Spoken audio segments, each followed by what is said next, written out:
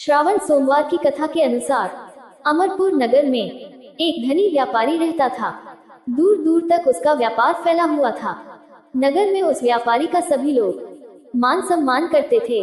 इतना सब कुछ होने पर भी वह व्यापारी अंतर्मन से बहुत दुखी था, क्योंकि उस व्यापारी का कोई पुत्र नहीं था। दिन रात उसे एक ही चिंता सताती रहती थी, उसकी मृत्यु के बाद उसके इतने बड़े व्यापार और धन संपत्ति को कौन संभालेगा। पुत्र पाने की इच्छा से वह व्यापारी प्रति सोमवार भगवान शिव की व्रत पूजा किया करता था। सायंकाल को व्यापारी शिव मंदिर में जाकर भगवान शिव के सामने घी का दीपक जलाया करता था। उस व्यापारी की भक्ति देखकर एक दिन पार्वती ने भगवान शिव से कहा, हे प्राणनाथ, ये व्यापारी आपका सच्चा भक्त है। कितने दिनों से यह सोमवार का व्रत और पूजा नियमित कर रहा है। भगवान, आप इस व्यापारी की मनोकामना अवश्य पूर्ण करें। भगवान शिव ने मुस्कुराते हुए कहा, हे पार्वती, इस संसार में सबको उसके कर्म के अनुसार फल की प्राप्ति होती है। प्राणी जैसा कर्म करते हैं, उन्हें वैसा ही फल प्राप्त होता है। इसके बावजूद पार्वती जी नहीं मानी। उन्होंने आग्रह करते हुए कहा, नहीं प्राणनाथ, आपको इस व्यापारी की इच्छा पूरी करनी ही पड़ेगी। यह आपका अनन्य भक्त है, प्रति सोमवार आपका विधिवत व्रत रखता है और पूजा अर्चना के बाद आपको भोग लगाकर एक समय भोजन ग्रहण करता है। आपको इसे पुत्र प्राप्ति का वरदान देना ही होगा। पार्वती का इतना आग्रह देखकर भगवान शिव ने कहा, तुम्हारे आग्रह पर मैं इस व्यापारी को पुत्र प्राप्ति का वरदान देता हूँ, लेकिन इसका पुत्र 16 वर्ष से अधिक जीवित नहीं रहेगा। उसी रात भगवान शिव ने स्वप्न में उस व्यापारी को दर्शन देकर उसे पुत्र प्राप्ति का वरदान दिया और उसके पुत्र के 16 वर्ष तक जीवित रहने की बात भी बताई। भगवान के वरदान से व्यापारी को खुशी तो हुई, लेकिन पुत्र की अल्पायु की चिंता ने उस खुशी को नष्ट कर दिया। व्यापारी पहले की तरह सोमवार का विधिवत व्रत करता रहा। कुछ महीने पश्चात उसके घर अति सुंदर पुत्र उत्पन्न हुआ। पुत्र जन्म से व्यापारी के घर में खुशियां भर गईं। बहुत धूमधाम से पुत्र जन्म का समारोह मनाया गया।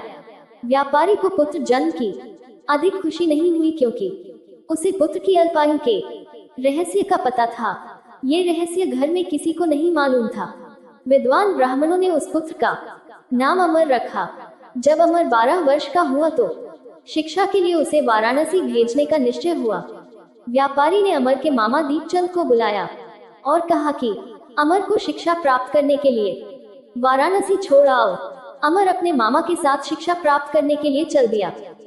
रास्ते में जहाँ भी अमर और दीपचंद रात्रि विश्राम के लिए ठहरते, वही यज्ञ करते और ब्राह्मणों को भोजन कराते थे। लंबी यात्रा के बाद अमर और दीपचंद एक नगर में पहुंचे। उस नगर के राजा की कन्या के विवाह की खुशी में पूरे नगर को सजाया गया था।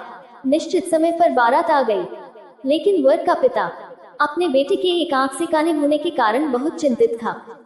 उसे इस बात का भय सता रहा था कि राजा को इस बात का पता चलने पर कहीं वह विवाह से इनकार न कर दे, इससे उसकी बदनामी होगी। वर के पिता ने अमर को देखा तो उसके मस्तिष्क में एक विचार आया। उसने सोचा, क्यों न इस लड़के को दूल्हा बनाकर राजकुमारी से विवाह करा दूं।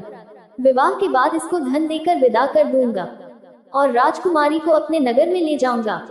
वर के पिता ने इसी संबंध में अमर और दीपचंद से बात की। दीपचंद ने धन मिलने के लालच में वर के पिता की बात स्वीकार कर ली। अमर को दूल्हे के वस्त्र पहनाकर राजकुमारी चंद्रिका से विवाह करा दिया गया। राजा ने बहुत सा धन देकर राजकुमारी को विदा किया। अमर जब लौट रहा था तो सच नहीं छिपा सका और उसने राजकुमारी की ओढ़नी पर लिख दिया, राजकुमारी चंद्रिका, तुम्हारा विवाह तो मेरे साथ हुआ था। मैं तो वाराणसी में शिक्षा प्राप्त करने जा रहा हूँ। अब तुम्हें जिस नवयुवक की पत्नी बनना पड़ेगा वह कान्हा है। जब राजकुमारी ने अपनी ओढ़नी पर लिखा हुआ पढ़ा तो उसने काने लड़के के साथ जाने से इनकार कर दिया। राजा ने सब बातें जानकर राजकुमारी को महल में रख लिया। उधर अमर अपने मामा दीपचंद के साथ वाराणसी पहुंच गया। अमर ने गुरुकुल में पढ़ना शुरू कर दिया। जब अमर की आयु 16 वर्ष पूरी हुई तो उसने एक यज्ञ किया। यज्ञ की समाप्ति पर ब्राह्मणों को भोजन कराया और खूब अन्न वस्त्र दान किए। रात को अमर अपने शयन कक्ष में सो गया। शिव के वरदान के अनुसार शयनावस्था में ही अमर के प्राण पखेरु उड़ गए। सूर्योदय पर मामा अमर को मृत देखकर रोने पीटने लगा। आसपास के लोग भी एकत्र होकर दुख प्रकट करने लगे।